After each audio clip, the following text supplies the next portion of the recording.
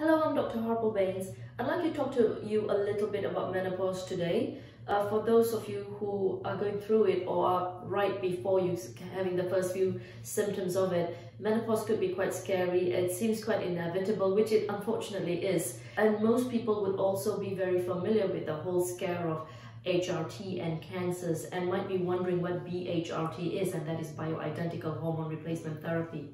So what I like to tell people and how I like to explain what the difference between HRT and BHRT is if you think of water, I think that's the easiest thing for us to think about.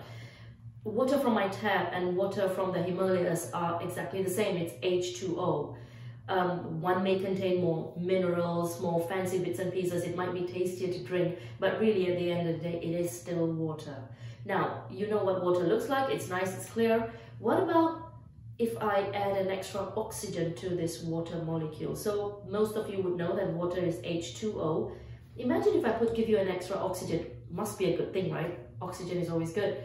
It now makes this thing H2O2. Now that is hydrogen peroxide. Would you be drinking hydrogen peroxide the same way you'd be drinking water? I doubt it. And that is in a way the difference between BHRT, bioidentical, which means it's molecularly the same formula as what's in your body, versus regular HRT, where there have been a few bits and pieces that's been altered.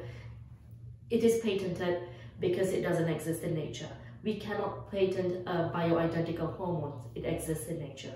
And that is what we believe you should be getting, because it is the same as what your body is. Your body is not rejecting it, and therefore a lot of the fear surrounding HRT is not there in the same way.